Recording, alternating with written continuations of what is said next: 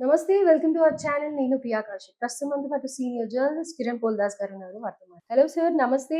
Hi అండి. నమస్తే అండి. సార్, అరవింద్ కేజ్రీవాల్‌ని ఓడించిన పర్వేష్ వర్మ ఎవరు సార్? పర్వేజ్ సింగ్ వర్మ ఇవాళ ఇప్పుడు మొత్తం గూగుల్ అంతా కూడా ఆ పేరు కోసం వెతుకుతోంది. అవును సార్. పర్వేజ్ సింగ్ వర్మ ఆయన గురించి. అయితే ఈయన రాజకీయాలకు కొత్త కాదు.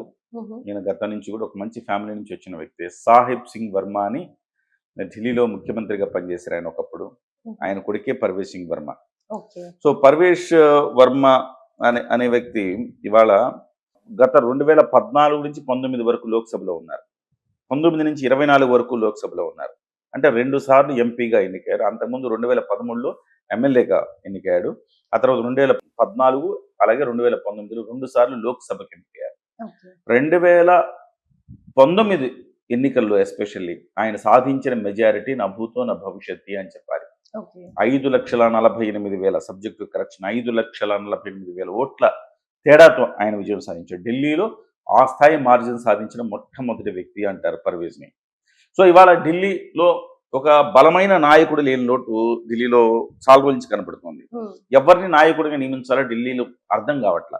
ఒకప్పుడు సాహెబ్ సింగ్ వర్మ ఉన్నారు బీజేపీకి. ఆ తర్వాత సుష్మా స్వరాజ్ ముఖ్యమంత్రి అయ్యారు. సుష్మా స్వరాజ్ ముఖ్యమంత్రి దిగిపోయిన తర్వాత చివరికి ఆప్ అయింది. సో ఆ రోజు నుంచి 27 ఏళ్లుగా ఇవాల్టి వరకు ఒక బలమైన నాయకుడిని తయారు చేసుకోవటంలో బీజేపీ విఫలమైందని చెప్పాలి. సో సరైన బాధ్యతలు ఇవ్వకపోవటం అనేది చెప్పాలి. ఎవరికి పూర్తి స్థాయి బాధ్యతలు? ఒకసారి ఎంపీగా కంటెస్ట్ చేస్తున్నారు, ఒకసారి ఎమ్మెల్యే కంటెస్ట్ చేస్తున్నారు. ఎవరు కూడా అక్కడ పూర్తి స్థాయి బాధ్యతలు తీసుకునే పరిస్థితి కనపట్ల. అయితే ఈసారి గెలిచిన తర్వాత అందరి దృష్టి పర్వేజ్ మీద పడింది. ఎందుకు అంటే ఈసారి ఆయన్ని పార్లమెంట్ ఎన్నికల్లో పోటీ చేయనీయకుండా కరెక్ట్గా పర్వేజ్ని కేజ్రీవాల్ని కొట్టాలి అని చెప్పేసి ఆ ట్రంప్ గారిని వాడాలని అక్కడ పెట్టారు. అది ఆయన 100% చేసి చూపించారు. అరవింద్ కేజ్రీవాల్ని మట్టి గరిపించి గెలిచాడు. సో 2 రీజన్స్ ఆయన ప్రధానంగా ముఖ్యమంత్రి అవడానికి. ఇప్పుడు ఆయన ముఖ్యమంత్రి ఢిల్లీ ముఖ్యమంత్రి పీఠం మీద ఆయన వేరే ప్రధానంగా కనపడతా ఉంది. సో దానికి ఒక 2 రీజన్స్ ఏంటంటే, ఒకటి ఆయనది పొలిటికల్ ఫ్యామిలీ, పెద్ద పొలిటికల్ ఫ్యామిలీ. ఆయన మాజీ ముఖ్యమంత్రి, ఢిల్లీలో మాజీ ముఖ్యమంత్రి, బీజేపీకి సంబంధించిన నాయకుడే సాహిబ్ సింగ్ వర్మ కుమారుడు అవ్వడం మొదటి రీజన్. రెండవది అరవింద్ కేజ్రీవాల్ లాంటి నాయకుడిని ఢీకొట్టి ఓడించడం. ఈ 2 బజ్ ఒక రేంజ్లోకి ఎత్తేసాయని.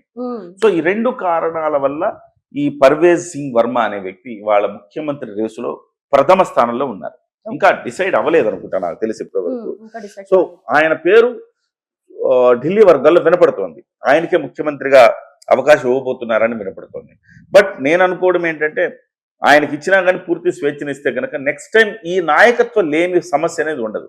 ఇవాళ ఆప్కి ప్రధానంగా అరవింద్ కేజ్రీవాల్ అనేవాడు నాయకత్వం వహిస్తున్నాడు కాబట్టి అది బలమైంది. కానీ బీజేపీకి ఒక నాయకుడు అంటూ చెప్పుకోవడానికి ఎవరు లేరు.